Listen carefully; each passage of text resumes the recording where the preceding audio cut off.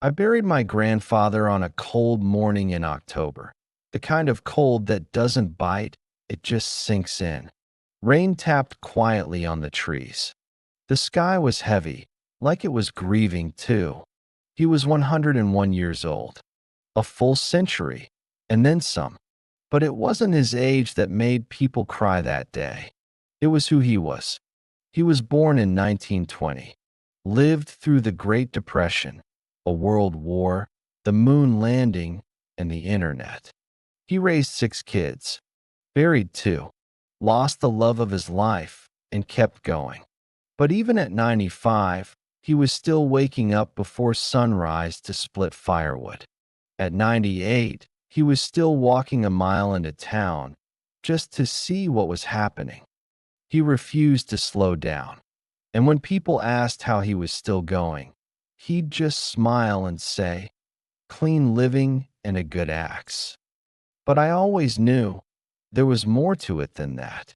After the funeral, as the crowd thinned out, the pastor came up to me.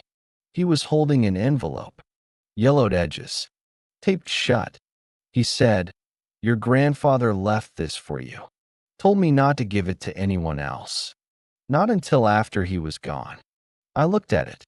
On the front, in his neat, square handwriting, were the words, "For the man ready to learn the truth about time."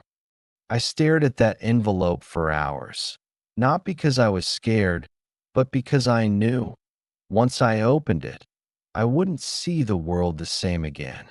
Move like water. Protect your fire. Eat for the work you haven't done yet. Be in the room where life happens. Give until you disappear. That's it. No explanation. No small print. Just 5 codes, point 5 quiet truths. Not the kind you read in a magazine. Not the kind you hear on a podcast. The kind of wisdom that only comes from living it. From surviving. From loving. From losing. From refusing to give up on life when it gets hard. Secret codes of longevity. What men who live after 100 hide. You ready? The first line of the letter read, "Move like water. When you stop, you rot." I didn't understand it at first, but then I remembered a morning. I must have been 10 or 11 when I asked my grandfather why he still chopped his own firewood.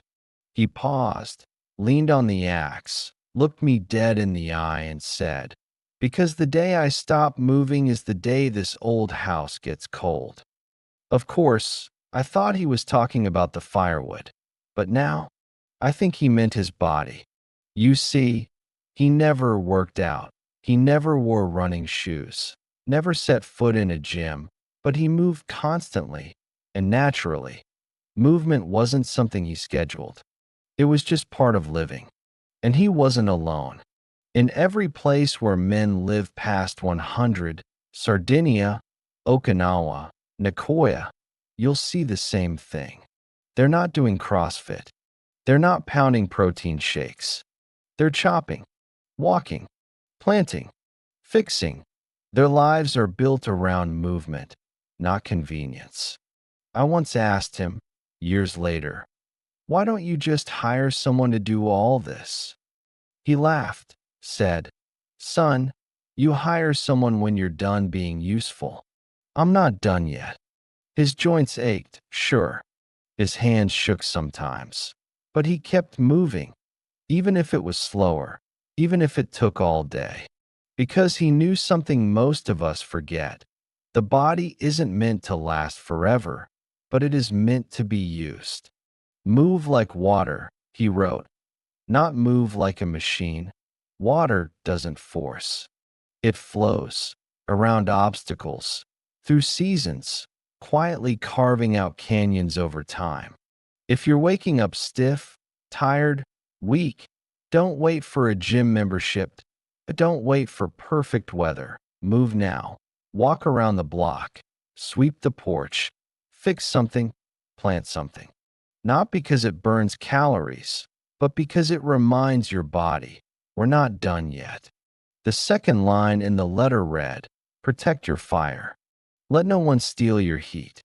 It took me years to understand what he meant, until I saw my grandfather go cold. The year after Grandma passed, everything in him seemed to slow. No music in the kitchen, no radio by the woodpile, no humming under his breath. He moved like a shadow of himself. For a man who once sang while hammering roof shingles, the silence was brutal. And not just for me. For him, it was like something inside had dimmed. One day, a neighbor stopped by with her grandson.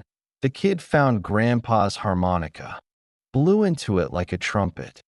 At first I thought he'd yell, but instead, Grandpa smiled, reached out, took it gently, and played one slow, familiar note that it wasn't perfect. His hands shook. At first I thought he'd yell, but instead, Grandpa smiled, reached out, took it gently, and played one slow, familiar note. It wasn't perfect. His hands shook, but the sound, it filled the room like sunlight through dusty windows. I saw it in his face. The fire hadn't died, but what the numbers can't measure is will. A reason to get up and a reason to care. These men have something inside them still burning. A mission, a connection, and a spark. They don't just survive, they glow. Years later, I asked him, "How do you stay warm when life takes everything?" He stared off at the trees and said, "The world gets cold sometimes. But that's no excuse for letting your soul go dark. You make your own fire, and you protect it with work, with laughter, with love. And when it flickers, you shield it with both hands." If you felt colder lately, not just in your hands, but in your spirit, I want you to ask yourself something. What used to light me up? Was it working with your hands, making music, teaching your grandson how to bait a hook? Whatever it was, go back to it. Reignite that fire, because the body fades fast when the soul goes dark. But when there's heat in your chest, you live different. You stand straighter. You laugh louder. You get up easier. That was code 2, and maybe it's the most important one of all. When I was a kid, I thought my grandfather was made of steel. In his 70s, he could still lift a hay bale with. At 85, he split logs faster than me. At 92, he planted a garden by hand. I asked him once, "How do you still have this kind of energy?" He laughed and said, "Because I eat like I've got something left to build." He never called it a diet. He just respected food, ate slowly, ate gratefully, ate for strength, not comfort. Every meal had a purpose. No sodas, no drive-thrus, no late-night snacks. He didn't chase flavor. He chased fuel, because in his mind he wasn't done. You look at men who live past 100, they all eat differently. But the reason is always the same. They eat for the next task, not the last one. Their plates are built for what they plan to do, not for how tired they feel. Because here's what they figured out. The body starts to fade when you treat food like entertainment. But when you treat it like ammunition for a mission, the body answers, and it keeps you in the fight. Somewhere along the line, we stopped eating for tomorrow. We started eating for distraction, for dopamine, for escape. And we wonder why we feel heavy, slow, numb. It's not just aging. It's the story we tell our body every time we open the fridge. There's nothing left to do. Just keep surviving. But the men who make it to 100, they send a different message. Fuel me. I'm not done yet. If you're over 60 and your meals have turned into habits, or worse, into things you regret right after, I want to challenge you. Ask yourself, what am I fueling? Is it the next walk? The next project? The next story I'll tell my grandson? Or am I just feeding the silence? Because the truth is, your body will give back what you give it. And it's never too late to start eating like there's still work to do. That was code 3. And every bite you take from now on can either build you up or slowly shut you down. He heard them in the kitchen, grandkids laughing, his son arguing playfully with his wife, pots clanging, life moving. And he just sat there, on the couch, in the next room, not because he wasn't invited, but because he'd convinced himself he was done, too old, too tired, too out of place. But here's the truth. When you leave the room where life happens, you start disappearing from it. Men don't quit living all at once. They slowly pull away, first from the dinner table, then from the birthday parties, then from the trips, the calls, the invitations, until all that's left is the TV, a recliner, and the sound of nothing. Not because no one wants them around, but because somewhere inside, they stop believing they still belong. You want to know what the long livers do differently? They don't hide. They don't isolate. They insert themselves, even when they're slower, even when they forget a name, even when it hurts to stand, they show up. To talk, to laugh, to eat, to tell the same damn story everyone's heard 3 times, because they know being in the room matters more than being perfect in it. We think we're being polite by staying out of the way, but what we're really doing is slowly removing ourselves from the world, and the body notices, the spirit notices, the brain begins to dim, not because we're old, but because we stopped giving it new reasons to light up. Maybe you've been sitting things out. Maybe the dinners, the birthdays, the Saturday BBQs, they feel noisy, or like they're not for you anymore. But let me tell you something. If you're alive, you still belong. You still matter. Not just for what you can do, but for who you are. That seat at the table isn't charity. It's earned by every year you've lived, every mistake you've learned from, every soul you've helped raise. That's code 4. Because living long means showing up, even when you're tired, even when you're not sure who'll notice, because they will, and so will your heart. There comes a day, not marked on any calendar, when a man gives away his last tool, not because he's quitting, but because his work is done. My grandfather called that giving until you disappear, and now I know why it matters more than almost anything else. He gave his back to the farm, his hands to the neighbors, his silence to the hurting, his laughter to the kids, and his last breath, not in a hospital bed alone, but sitting by the window with a warm mug, and the sound of his great-grandchildren playing in the yard. That's how you disappear right. Not like smoke, but like light that finally sets after illuminating everything it touched. Men who live to 100 don't hoard their strength. They spend it, little by little, on people, on craft, on causes they believe in. Their longevity isn't in what they keep, it's in what they give away. And nature rewards them for it.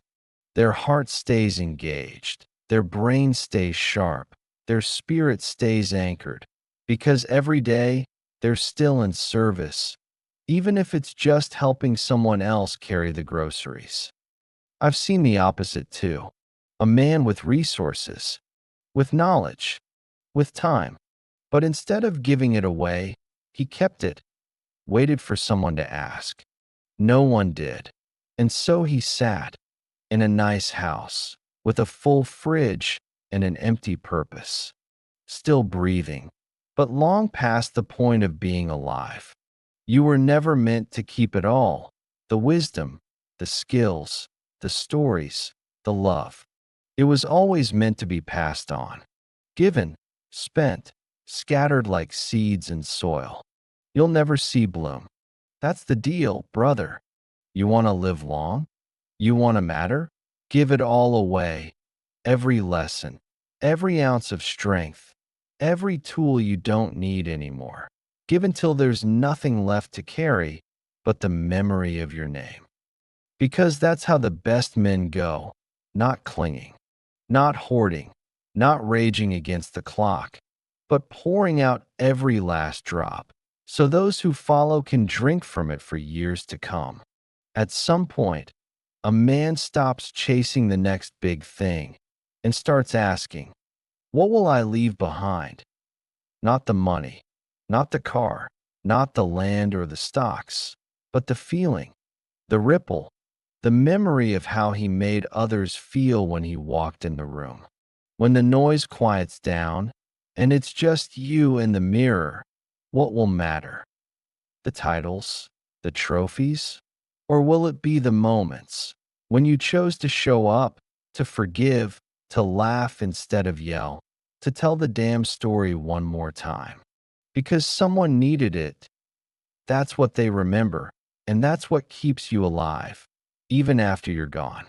The secret codes weren't magic. They weren't found in test tubes or hidden in expensive clinics.